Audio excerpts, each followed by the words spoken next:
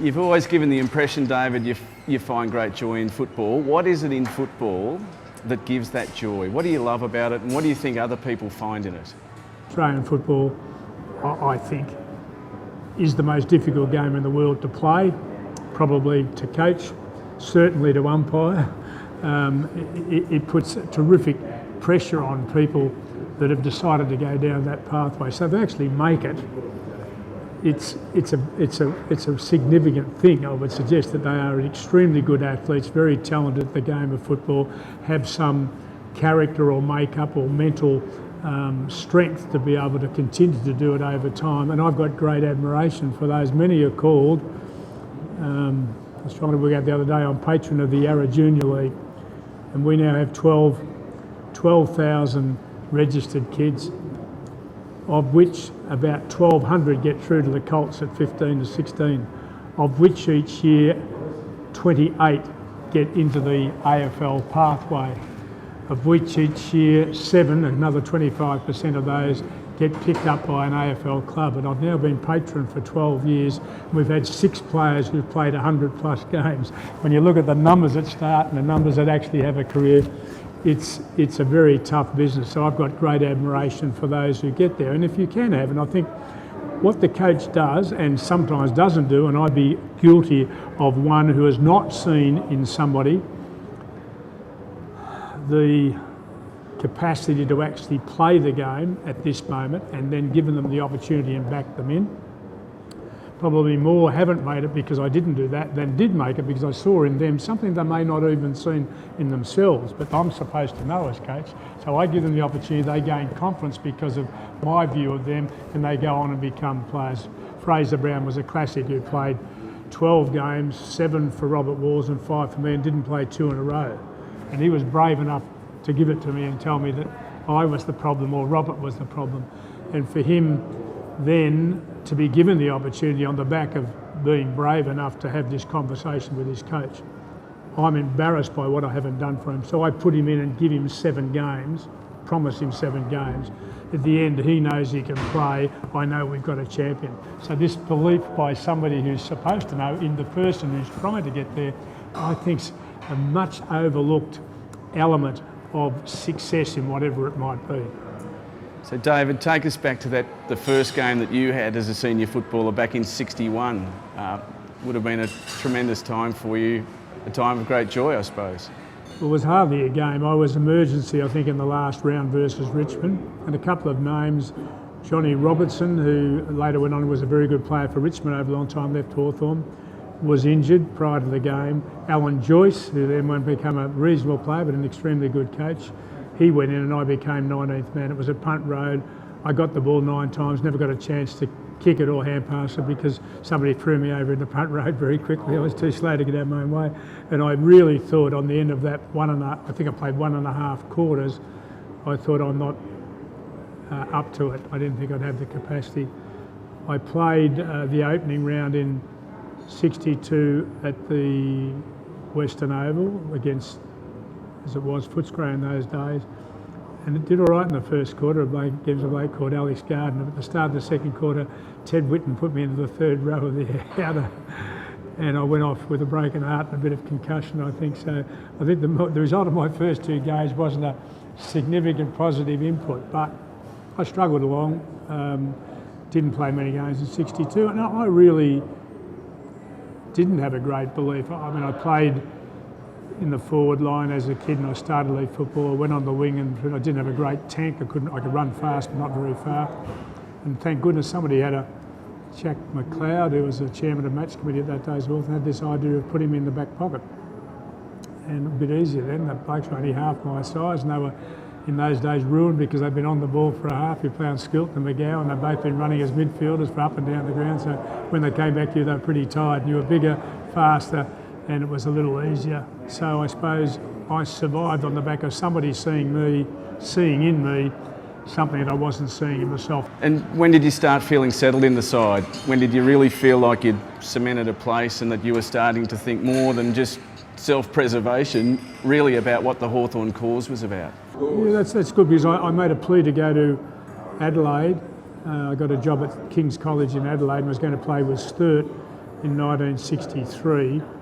I'm not sure it was on the back of asking to go, but I then became a permanent player in that team, which actually made a grand. We got thrashed by Geelong in the grand final, but actually made the team, and I was holding my own at that stage. So I think by the end of 63, in a very competent team, as it turned out to be, won it in 61, bottom just about 62, up in the grand final in 63.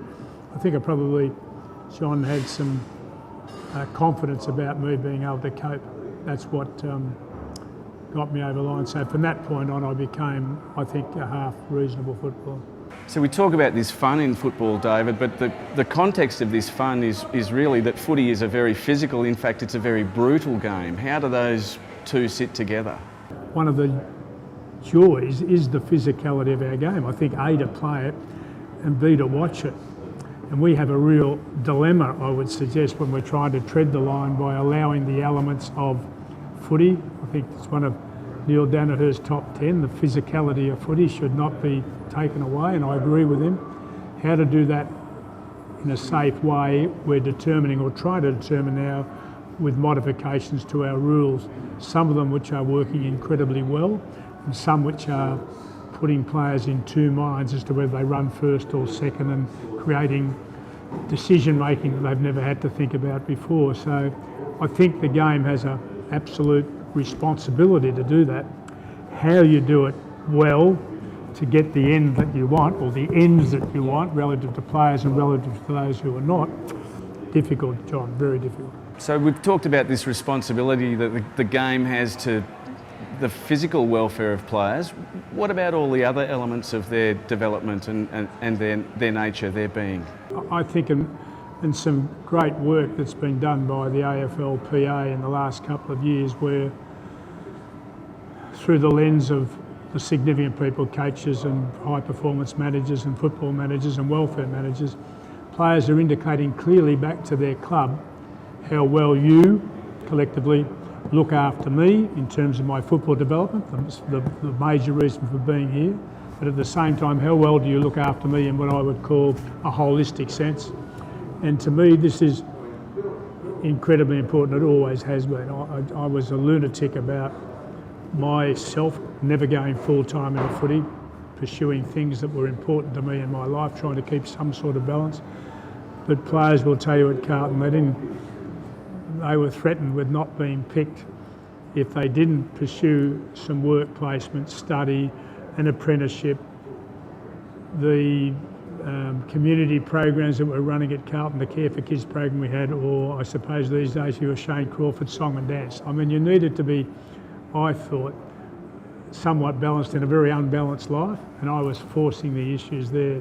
I think the research is starting to show clearly. The young bloke from Queensland who did, Matthew Pink did a terrific piece of research last year. It's showing clearly to coaches that if you schedule a common day off, if you encourage and have your players working, they will always perform better, never worse, than players who are full-time into their footy. And I have a real issue with 2, maybe 3 of the clubs at the moment who have a period of time when you come into the club.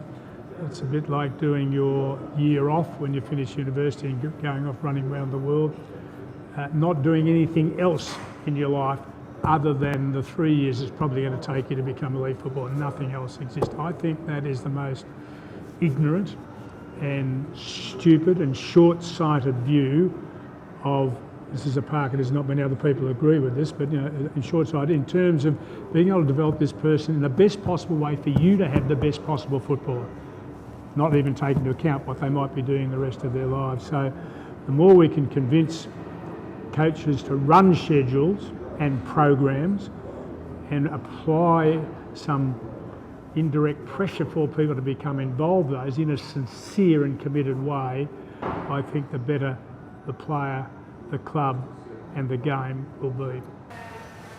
David, I've heard you talk about this before. I remember at a lunch at the Brunswick Street Oval for the Fitzroy Footy Club for the Ammos a few years ago, you were remembering one of the best memories you have in football is the fact that of that 95 premiership side at Carlton, every single player, just about every single player, had gone on to do something after football. And you took a lot of strength from that, and you really regarded that highly?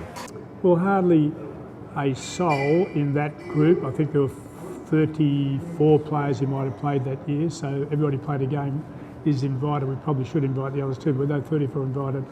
I think I would say 2, what we would term, have come off the rails, and that's very unusual for professional sports people anywhere in the world. They live a life that's extremely well rewarded financially, and they don't live the normal existence and do normal things. So we throw the hand pass the ball around. We get 4 or 5 every 5 years. We have another one coming up in a few months' time, 20th year. And it'll be fabulous to see the insights and the understandings we have that we actually influence their lives well beyond their football, and they're doing things now which are satisfying or fulfilling and look after them financially and able to lead, reasonably normal lives on the basis of what we set up for them 20 or 25 years ago. So much of your life, David, is about using language. You use words really well. Sometimes I think we undervalue this element of our culture where language is so important, and that is the three-quarter time address. Tell us about, or are there any memorable three-quarter time addresses that you gave, and what did you say to the players?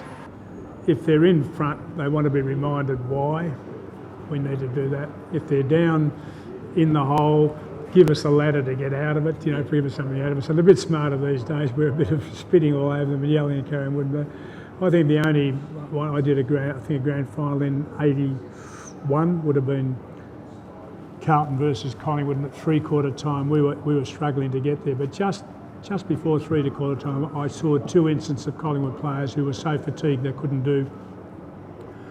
And whilst they probably saw it too, it wouldn't have clicked in as it did with the coach. And I made the plea. I said, we're going over the ground significantly better than them. I named the 2 instances. I said, we will, with any sort of application, we will run over them in the last quarter. And Mike Fitzpatrick, I heard him tell the story the other day. He didn't know I was listening, but I heard him tell the story the other day. And it's nice to think that moment and those words convinced them that they maybe did have the capacity, and they came from behind and won the game. Not really well, but they won the game okay. So I think there are times when the coach can, but I think most of the time they're waiting for him to finish. They can get on with doing the job. In all of your languages you've shown us this afternoon, David, there's just so much passion. What are you looking forward to on the eve of the season? What are you looking forward to this year? Oh, look, I have an air of excitement or apprehension again, because it's about the unknowns. I think there are some collective knowns now. We know that Hawthorn, Sydney and a couple of others are going to be very, very hard to beat, and they won't win the premiership unless you beat them. We know a few down the bottom we're starting again. The Melbourne, in St Kilda's case, I think probably the best development coach I've ever seen in Richardson, probably the right bloke at the right place at the right time for that particular club. So it's the unknowns and that's that middle group that I think somewhere between the 6th team and the 12th team, somewhere in there's going to be a real shuffle, and whether Richmond and North can keep going north, if you like, and whether Geelong are going to come back. And I know that something that I'm not so sure. I think that they have certainly enough talent going now, and as long as it remains healthy, to worry every single club in the competition, including Hawthorn and Sydney and maybe Port Adelaide. So it's like everything. If it was a short season, we know he's going to play off the grand final. Now we may as well not come, but we don't know. And that excitement where everybody starts even, and we look to see it develop. Such a wonderful game. When I see how the game has developed and how much better the athletes are than we were, and so they ought to be there full time at it, but how much more skillful they are. When you think of, we've had a bit of a camera look over the top of stoppages, and when the average stoppage now is about 21 and a half players in it, it's a wonder anybody can get it and make a decision to do something with it. It's a wonder that any umpire can see what's going on to do it. So I think a couple of modifications to the rules of the game. There are a lot of unknowns about 2015, I guess the Essendon saga and where that's going to end up. So I think it's a great year to look forward to, because there are enough unknowns to create the question marks for us to want to stay and watch and follow how it how it actually pans out.